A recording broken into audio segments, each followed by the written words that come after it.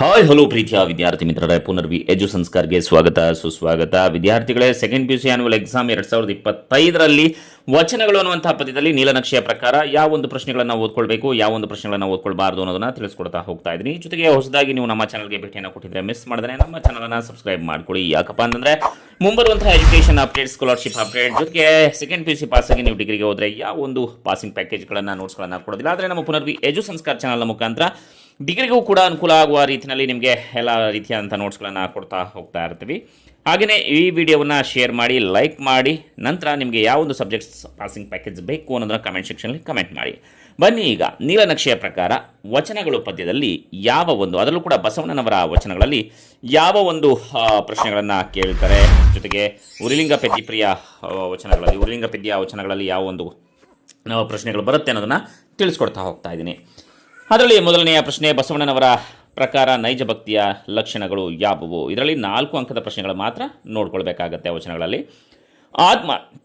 ಆತ್ಮವಿಮರ್ಶೆ ಬಸವಣ್ಣನವರ ನೈಜ ಭಕ್ತಿಯ ಲಕ್ಷಣವಾಗಿದ್ದು, ಮನುಷ್ಯರ ನಡುವೆ ಮನಸ್ಸು ಬೆರೆತಾಗ ತನು ಕರಗಬೇಕು, ಆತ್ಮೀಯರ ಸ್ಪರ್ಶ ಉಂಟಾದಾಗ ಮೈ ರೋಮಾಂಚನಗೊಳ್ಳಬೇಕು, ಅಪರೂಪದ ವ್ಯಕ್ತಿಗಳು ಒಬ್ಬರನ್ನೊಬ್ಬರು ಕಂಡಾಗ ಅಥವಾ ಅಪರೂಪದ ವಿಚಾರಗಳನ್ನು ಕೇಳಿದಾಗ ಕಣ್ಣೀರು ಹೊರಹೊಮ್ಮಬೇಕು, ನೋವು ಅಥವಾ ಸಂತೋಷ ಉಂಟಾದಾಗ ಮಾತು ಗದ್ಗದಗೊಳ್ಳಬೇಕು.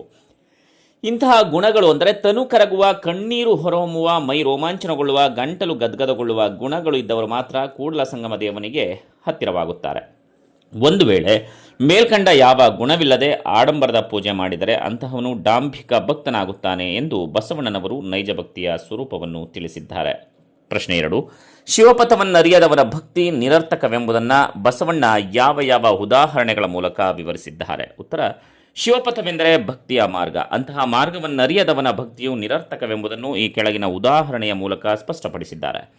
ಹಣವಿದ್ದು ಆಯುಷ್ಯವಿಲ್ಲದವನಂತೆ, ಬಲಿಷ್ಠವಾದ ಚಂದ್ರಾಯುಧವು ಧೈರ್ಯವಿಲ್ಲದವನ ಕೈಯಲ್ಲಿದ್ದಂತೆ, ಕನ್ನಡಿಯು ಕುರುಡನ ಕೈಯಲ್ಲಿದ್ದಂತೆ, ಮಾಣಿಕ್ಯವು ಅದರ ಬೆಲೆ ತಿಳಿಯದ ಮಂಗನ ಕೈಯಲ್ಲಿದ್ದಂತೆ ಎಂಬ ಉದಾಹರಣೆಗಳ ಮೂಲಕ ವಿವರಿಸಿದ್ದಾರೆ.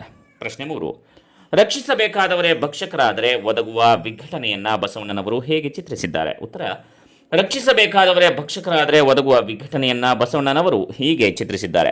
ಒಲೆ ಹತ್ತಿ ಉರಿದಾಗ ನಿಲ್ಲಬಹುದು, ಆದರೆ ದರೆ ಹತ್ತಿ ಉರಿದಾಗ ನಿಲ್ಲಲಾಗದು ಎಂದು, ನೀರನ್ನ ನಿಲ್ಲಿಸಲು ಹಾಕಿದ ಏರಿಯೇ ನೀರನ್ನ ಕುಡಿದಂತೆ ಎಂದು, ಬೆಳೆಯನ್ನ ರಕ್ಷಿಸಬೇಕಾದ ಬೇಲಿಯೇ ಫಸಲನ್ನ ತಿಂದಂತೆ ಎಂದು, ಮನೆ ಜವಾಬ್ದಾರಿಯನ್ನ ಹೊರುವ ಹೆಣ್ಣೆ ತನ್ನ ಮನೆಯಲ್ಲಿ ತಾನೇ ಕಳ್ಳತನ ಮಾಡಿದಂತೆ ಎಂದು, ಅಮೃತವಾಗಬೇಕಾಗಿರುವ ತಾಯಿಯ ಎದೆ ಹಾಲೆ ವಿಷವಾಗಿ ಮಗುವನ್ನು ಕೊಂದಂತೆ ಎಂದು ಸಾಮಾಜಿಕ ವಿಘಟನೆ ಅಂದರೆ ತೊಂದರೆಯನ್ನು ಬಸವಣ್ಣನವರು ಇಲ್ಲಿ ತಿಳಿಸೋದನ್ನು ನಾವು ಕಾಣ್ತೇವೆ.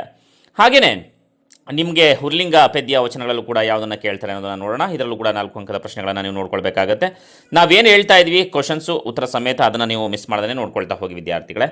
ಪ್ರಶ್ನೆ 1, ಮಂಗಳಲಿಂಗದ ಮಹತ್ವವನ್ನು ಹೇಗೆ ವಿವರಿಸಲಾಗಿದೆ?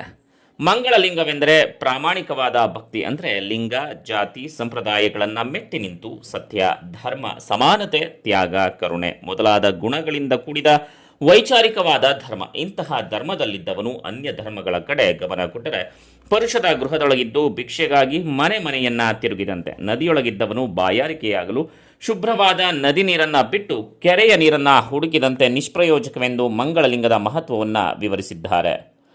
ಪ್ರಶ್ನೆ 2, ಗುರು ಲಘುವರ್ತನದಲ್ಲಿ ವರ್ತಿಸಬಾರದೇಕೆ? ಲಘುವೆಂದರೆ ಸಣ್ಣತನವಿರುವ ಮನುಷ್ಯ, ಗುರುವೆಂದರೆ ದೊಡ್ಡತನವಿರುವ ಮನುಷ್ಯ. ಹಾಗಾಗಿ ಯಾವುದೇ ಕಾರಣಕ್ಕೂ ಲಘುವಾಗಿರುವವನು ಗುರುವಾಗಲು ಸಾಧ್ಯವಿಲ್ಲ, ಅಂತೆಯೇ ಗುರುವಾದವನು ಲಘುವಾಗಲು ಸಾಧ್ಯವಿಲ್ಲ. ಹಾಗಾಗಿ ಲಘುವೇ, ಗುರುವೇ. ಯಾವಾಗಲೂ ಗುರುವಿನ ನಡತೆಯು ಘನತೆಯುಳ್ಳದ್ದಾಗಿರುವುದರಿಂದ ಗುರು ಲಘುವಿನ ವರ್ತನದಲ್ಲಿ ವರ್ತಿಸಿದರೆ ಅದು ಆಚಾರವಾಗುವುದಿಲ್ಲ. ಒಂದು ವೇಳೆ ಗುರುವಾದವನು ಗುರು ಲಿಂಗ ಜಂಗಮ ವಿಚಾರಗಳನ್ನು ತಾನೇ ಲಘುವಾಗಿ ಅಂದರೆ ಕೀಳಾಗಿ ಕಂಡರೆ ಆ ಗುರುವೇ ಲಘುವಾಗುತ್ತಾನೆ ಎಂದು ಹೇಳಲಾಗಿದೆ. ಇನ್ನು 3ನೆಯ ಪ್ರಶ್ನೆ ನೋಡೋಣ.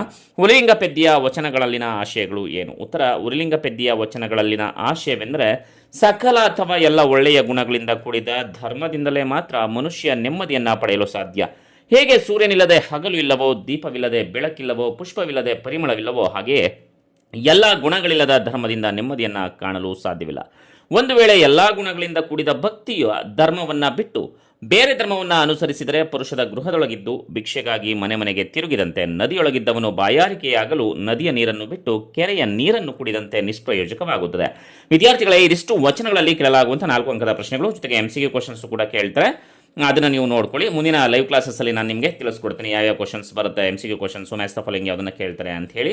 ಈ ವಿಡಿಯೋ ಇಷ್ಟ ಆಗಿದ್ರೆ ಒಂದು ಲೈಕ್ ಮಾಡಿ, ಜೊತೆಗೆ ಶೇರ್ ಮಾಡಿ. ಮತ್ತೆ ಮುಂದಿನ ವಿಡಿಯೋದಲ್ಲಿ ಸಿಗೋಣ. ಅಲ್ಲಿವರೆಗೂ ನಮಸ್ಕಾರ.